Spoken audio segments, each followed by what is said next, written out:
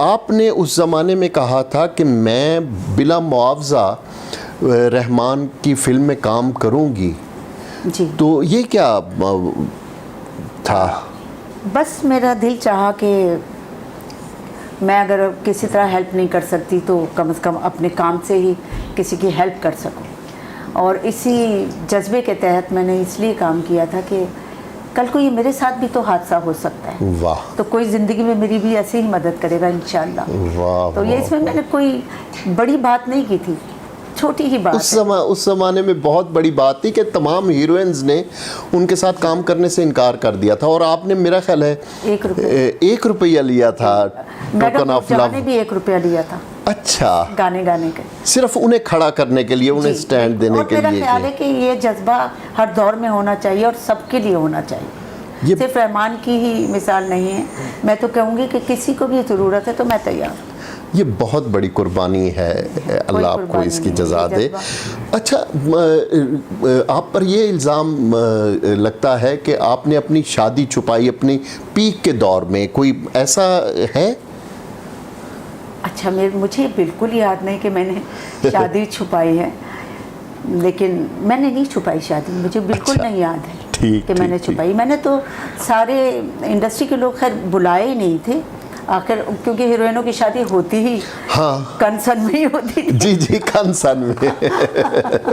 तो सही। लेकिन उसमें नन्ना भाई शामिल थे और कई आर्टिस्ट उसमें थे। बस इतना था, बाकी कोई छुपाने वाली बात नहीं। सही। अच्छा, फिल्म का तजुर्बा आपका कैसा रहा? हाँ, बहुत अच्छा, बड़ा कामयाब भी रहा, बड़ा अच्छा भी रहा। उतार चढ़ाव भी ज़िंदगी में बहुत आए, सीखने को बहुत कुछ मिला और गंवाने को भी बहुत कुछ मिला। हाँ, बिल्कुल सही है, बिल्कुल सही है। अच्छा, किस अदाकार के साथ काम करने का लुत्फ़ आया आपको? सब अपने अपने स्टाइल के, हाँ, मुख्तलिफ फ्लेवर थे। हाँ, स्टाइल था, इमोशनल रोल करना, जी जी, तो उनके साथ ड्रामा बोलना, बड़ा ठहर ठहर के काम करना होता था। अच्छा। किस पिक पे जा रहे हैं, क्या करेंगे और कहाँ उनको पकड़ना है। बिल्कुल इस तरह का उनका था, स्टेप बाय स्टेप कैसे वो ऊपर आवाज़ ले जाएंगे, क्या करेंगे और हमने कहाँ तक उनका साथ देना या नहीं देना। वहीद मुराद चॉकलेट हीरो, रोमांटिक, और उनके साथ रोमांटिक सीन करने का बड़ा मज़ा आता था, या गाने ख़ास तौर पे। हाँ, जो गाने पिक्चराइजेशन वहीद के साथ होते थे। वो पता नहीं उन्हें मलका हासिल था, उनको मलका हासिल था, और सबके साथ वो ऐसे एडजस्ट कर लेते थे कि लगता नहीं था कि कोई कमी है किसी भी हीरोइन में या किसी में। वो अपने साथ ऐसे लेके चलते थे। सही। अल्लाह उसकी बख्शिश करे, बहुत बहुत कमाल। और फिर नदीम साहब जो थे वो वर्सटाइल, उनका भी एक कमाल ही वो है कि मैं उनको सीन करने में, वो जब आते थे तो इतना डीप जाते थे, रोमांटिक सीन हो या इमोशनल सीन हो, तो बस लुत्फ़ आ जाता था इन लोगों के साथ काम करने। अच्छा। हालांकि मैंने तो शौहर एक फिल्म बनी थी, उसमें मेरे हीरो संतोष भाई भी रह चुके हैं। अच्छा। संतोष भाई, तारिक अजीज़, सब ने मेरे साथ काम किया। कवि हीरो मेरे साथ काम किया है, बहुत सब ने मेरे साथ बहुत काम किया। सही। और कोई ऐसा अदाकार है कि जिस से यानी काम ना करने का एक अफसोस रहा हो कि इसके साथ मैं काम करती? मेरा ख्याल है पाकिस्तान के सारे ही माया नाज फनकार के साथ आपने काम किया। साथ काम किया। बस मेरी एक ही ख्वाहिश थी कि मैं मुसर्रत नज़ीर के साथ काम करूं। अच्छा। लेकिन वो इंडस्ट्री छोड़ चुकी थी। अच्छा, आपकी पसंदीदा हीरोइन कौन थी? सबसे ज़्यादा मुझे पसंद थी मुसर्रत नज़ीर। अच्छा। सबिया भाभी। मुसर्रत नज़ीर जिनके साथ आप काम नहीं किया, अफसोस भी एक रहा। अच्छा, उनके स्टाइल था। सबिया बेगम। सबिया भाभी के तो मैं दिलदादा हूँ। अच्छा। बड़ी ज़बरदस्त फ़ैन हूँ। या शमीम आरा। अच्छा। शमीम आरा से मेरी दोस्ती भी रही है, हालांकि मैंने उनका बचपना किया हुआ है। अच्छा। चाइल्ड स्टार जब मैं काम कर रही थी तो फैसला में और 2 फिल्मों में वो मैंने उनका बचपना किया था। अच्छा। लेकिन जब इंडस्ट्री में आई तो मेरी सबसे ज़्यादा दोस्ती शमी मारा से रही। अच्छा मैडम, हमसाया मुल्क में कौन सा अदाकार या अदाकारा आपको पसंद है? मुझे नसीरुद्दीन शाह बहुत पसंद। अच्छा। दलीप साहब तो खैर है, उनका तो नाम ही लेना वो तो सरे फहरिस्त हैं सबसे। जी बिल्कुल। उसके अलावा मुझे समीता पटेल हाँ। बहुत बहुत अच्छी लगती थी। संजीव कुमार मुझे बिल्कुल बहुत ऐसे अच्छे लगते हैं। काफ़ी फनकार हैं। हाँ। जैसे नाना पाटेकर हैं, या इनकी अच्छी परफॉर्मेंसेस लगती हैं मुझे। अच्छा, बड़े सगीर में गुलकार और गुलकारा कौन सी? बड़े सगीर में तो हमारी मैडम भी आ जाती हैं। हाँ जी, मैं इसीलिए बड़े सगीर पाको हिंद में मैडम नूर जहां सबसे पहले वो, सबसे पहले उसके बाद मेहंदी हसन, क्या बात है, रफ़ी साहब, लता मंगेशकर, आशा। बिल्कुल बिल्कुल। अच्छा, जज्बात निगारी में अब ये कहा जाता है कि आपने कभी ग्लिसरीन इस्तेमाल नहीं की रोने के लिए, जो आंसू निकलते हैं, ये सच है? हाँ, ये सच है।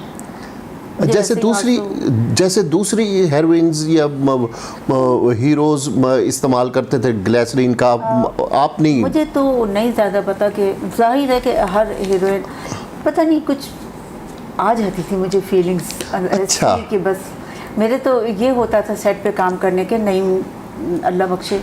हाँ। तो वो कहते थे डायरेक्टर को कि पहले ये सीन मत करना, नहीं अच्छा। तो तुम्हारी शूटिंग होगी नहीं, पैकअप हो जाएगी।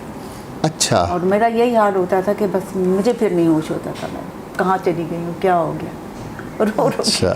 बुरा हाल होता था। फिर शूटिंग पैकअप हो जाती थी। नहीं, अलमिया अदाकारी में तो आपका सानी वाकई कोई नहीं रहा। कोशिश थी मेरी कि बस जितना रियलिटी के करीब रहूं।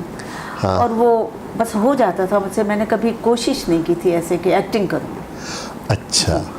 बस कुदरती कुछ ऐसा होता था कि रोने के सीन हो तो मुझ पर इतने तारी हो जाते थे कि मुझे डॉक्टर मना कर देते थे कि अच्छा। इनको कुछ दिन ना करने दें, ऐसे रोल ना करने दें, ये डिप्रेशन में चली जाएंगी, ये ऐसे हो जाएगा। पता नहीं कुछ ऐसी फीलिंग्स हो जाती हैं मेरी। मैडम, आपके बच्चों की तादाद क्या है? मेरे 3 बच्चे हैं। सबसे बड़ा बेटा है सैयद सलमान रिजवी, फिर दूसरा है इमरान रिजवी, और सही। एक बेटी है मदीहा रिजवी। अच्छा, मदीहा रिजवी। अच्छा, मदीहा रिजवी साहिबा तो असर हाजिर में मौजूदा दौर में बहुत कामयाब एक आर्टिस्ट हैं। जी जी। तो ये बताएं कि आप उनको कहाँ ग्रेड करती हैं कि वो एक्टिंग में आपके हम पल्ला हैं या नहीं, या आप उनको कहाँ ग्रेड करती हैं?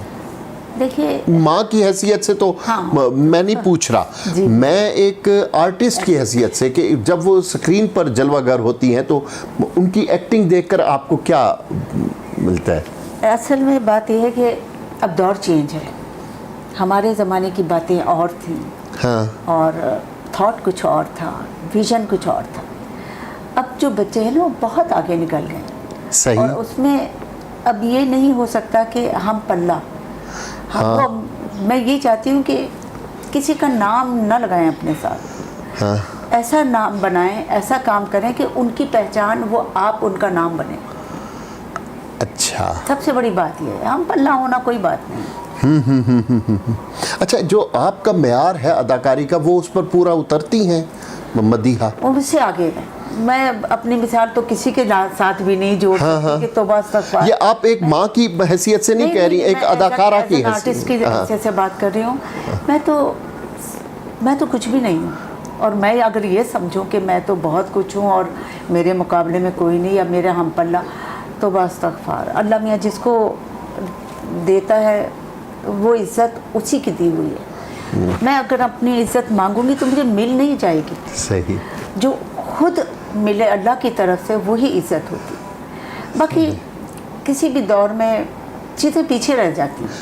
यानी आप फनकार आगे बढ़ते जाते हैं। बिल्कुल ऐसे नई नई सोच लेके आते हैं, नई राहें उनकी नज़र में होती हैं, नई अप्रोच होती है, तो फिर उसमें हम पल्ला वाली बात नहीं रहती। बिल्कुल सही है।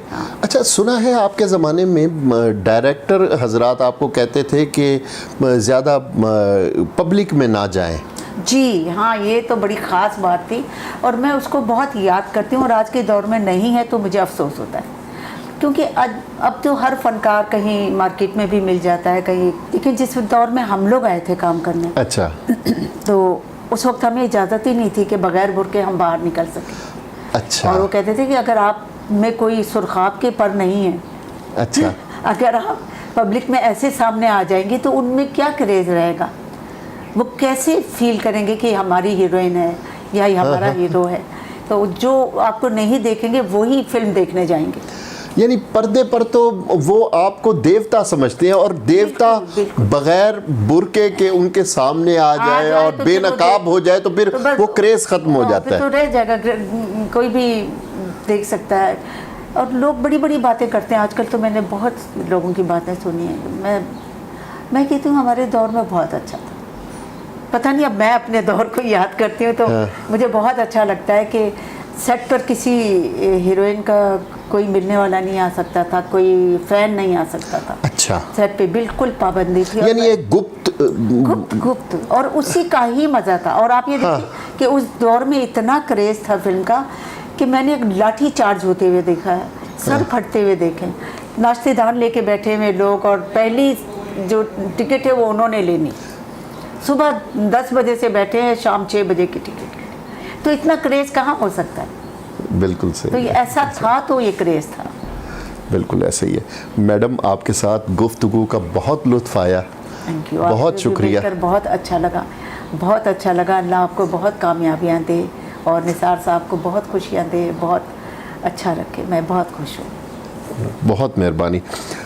व्यूवर्स, हसन निसार ऑफिशियल में आज हमारे साथ मेहमान थी बेलीपुर की मेहमान दीबा बेगम।